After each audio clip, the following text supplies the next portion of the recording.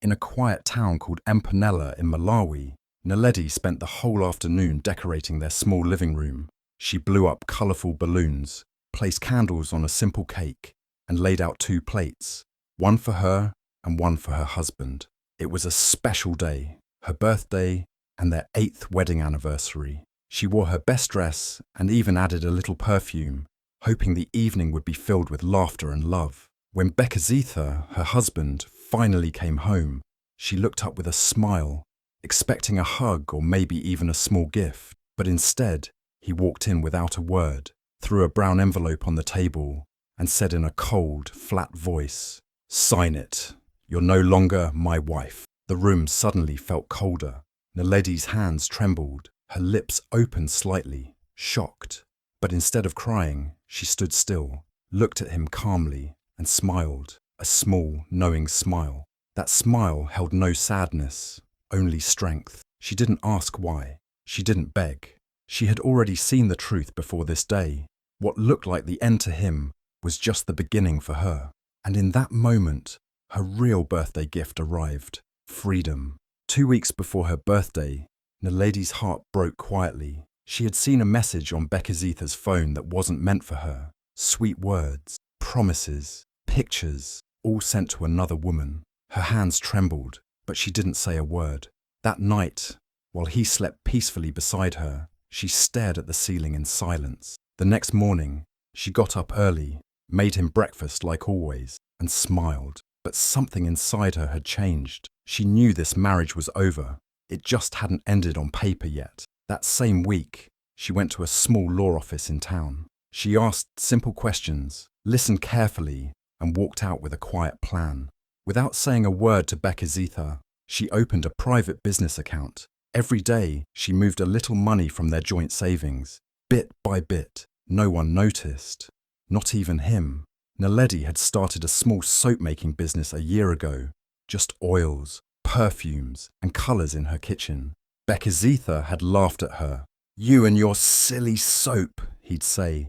But she kept going, and now that silly business was growing. She had loyal customers in Lilongwe, Blantyre, and even across the border. While he was busy with his secret, she was building her future. Then came her birthday. He came home with that brown envelope, looking so sure of himself. "Sign it.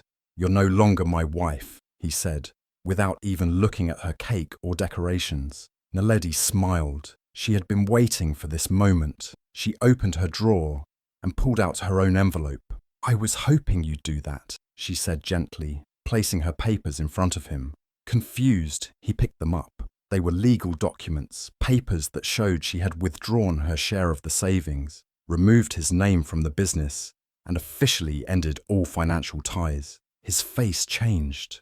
The confidence melted. His mouth opened slightly, but no words came out. He looked from the papers to her, trying to understand what had just happened. In that quiet room, filled with balloons and cold cake, she had flipped the script.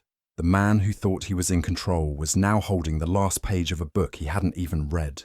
She had already moved on, emotionally, mentally, and financially, all without drama, all in silence. Naledi didn't yell, she didn't cry. She simply stood, calm and strong, and said, "You're free now. So am I." He couldn't speak. His jaw dropped.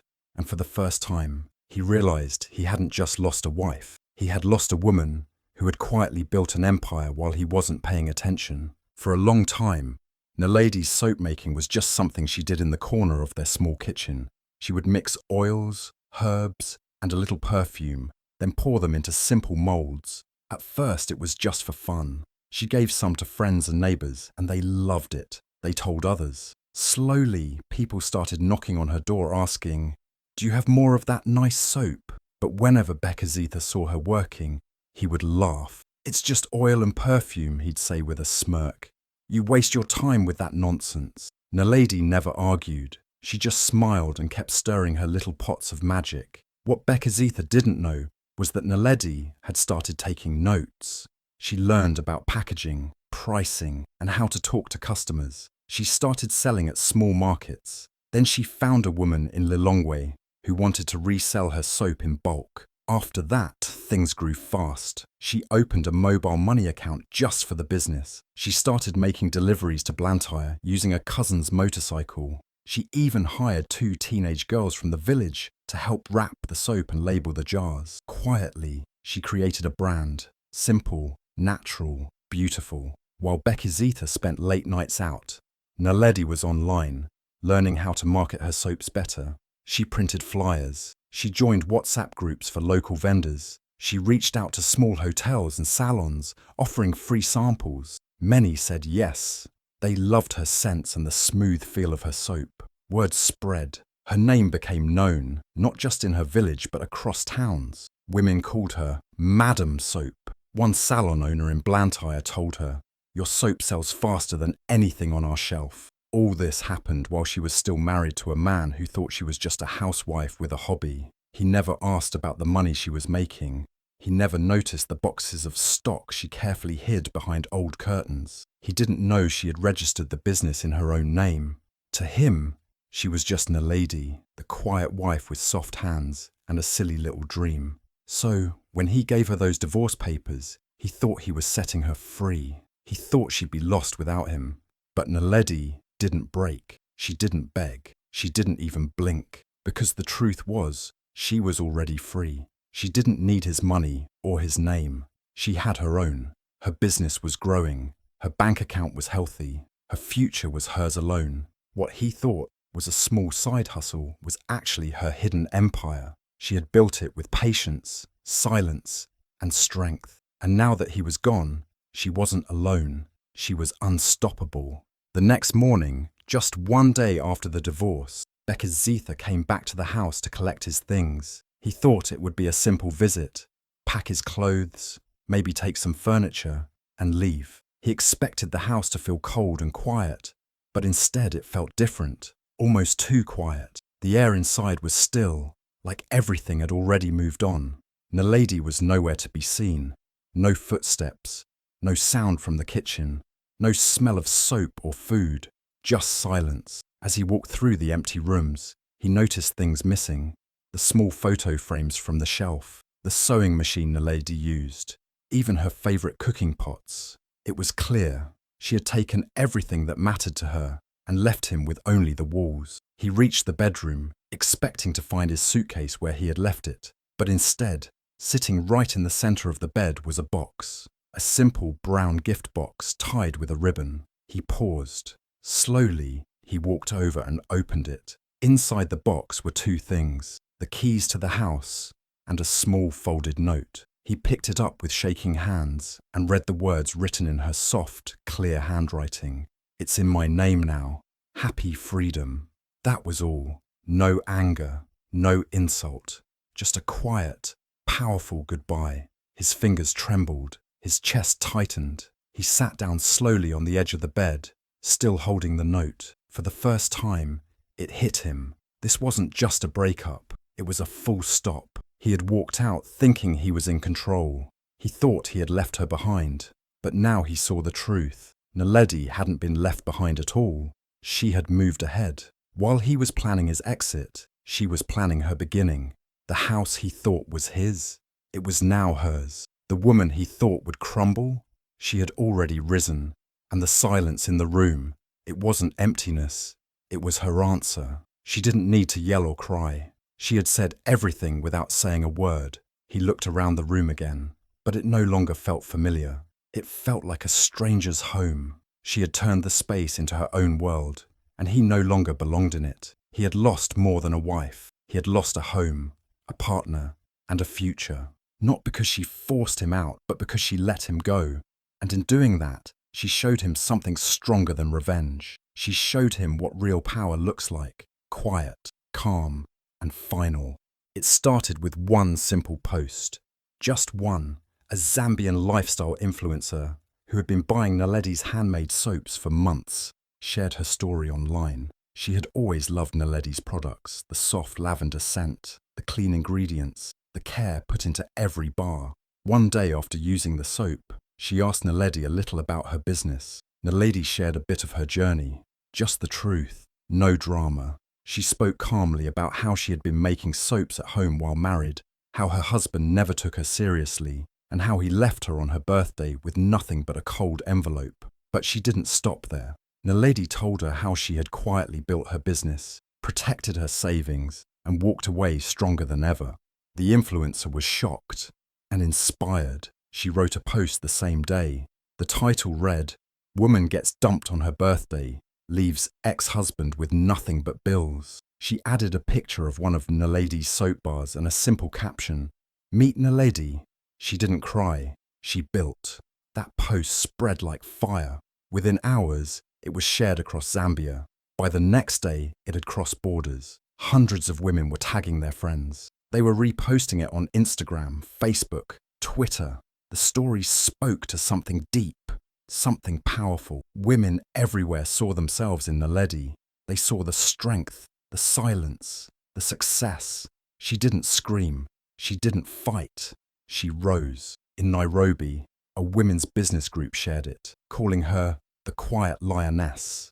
In Johannesburg, a radio show host read the post on air and asked listeners to call in with their own stories of silent strength. In Kigali, a journalist contacted Naledi directly, asking if they could feature her in a piece about African women entrepreneurs. Even women who didn't know her name started talking about her. She became a symbol, a reminder that leaving doesn't mean losing, that sometimes the quietest woman in the room is the one with the loudest comeback.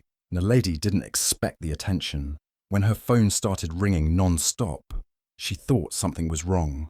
But when she opened her messages and saw the love pouring in from different countries, she sat down in silence and smiled. She hadn't planned to become anything more than a soap maker. She never dreamed of going viral or being invited to speak at business events. But her story touched hearts. It gave women hope. She started receiving orders from cities she had never even heard of. People wanted to support her. They wanted to stock her soap. Some even asked her to mentor them. Soon, a TV crew from South Africa reached out. They wanted to feature her in a documentary about women who turned pain into power. Another platform invited her to Nairobi to speak on a panel about small business and emotional resilience. She accepted, but she stayed grounded. She still woke up early. She still made her soaps by hand. But now she had more helpers. She hired more girls from her village and taught them how to mix, wrap, and label. She wasn't just running a business anymore. She was building something bigger, a sisterhood, a movement. And Bekizitha? He saw it all unfold. At first, he ignored it. Then he heard his friends talking. Then someone sent him the post. His face turned pale. He realized the woman he once mocked, the woman he left on her birthday, was now being celebrated across the continent. She was the one people looked up to. She was the one being clapped for. And all he had were memories and bills. Naledi didn't speak badly about him. She never once said his name in public. Her story wasn't about revenge. It was about rebirth. She taught people that you don't have to shout to be heard. You don't have to break someone to rise. You just have to believe in your own power, protect your peace, and move forward with grace. That was her way, and it worked. In the end, Naledi didn't just survive. She didn't just make soap. She became a voice, a light, a quiet storm. And her story reminded the world of something very simple, but very powerful. Never underestimate a woman who chooses herself. Months passed. The world moved on, but not for Bekizitha. After leaving Naledi, he thought he'd find a better life. He had moved in with the other woman, thinking he'd be happier, freer. But things didn't go the way he imagined. The new relationship quickly fell apart. Money ran low, bills piled up, and the love he had chased turned cold. He was left with nothing. No home, no partner, no savings. The business deals he once bragged about never worked out. Even some of his old friends stopped picking up his calls. One day, sitting outside on a borrowed chair with no money in his pocket and no real place to go, he picked up a friend's phone and dialed a number he had deleted months ago. Naledi's. The phone rang. His heart pounded. When she answered, her voice was calm and warm, like always. "Hello?" she said softly. For a second, he almost forgot why he called. "Naledi, can we talk?" he asked, trying to sound strong, but his voice shook. There was a long pause. Then she said gently, Thank you for the birthday gift. It gave me my life back. Before he could say another word, the line went silent. She had hung up. There was nothing left to say. The story was done.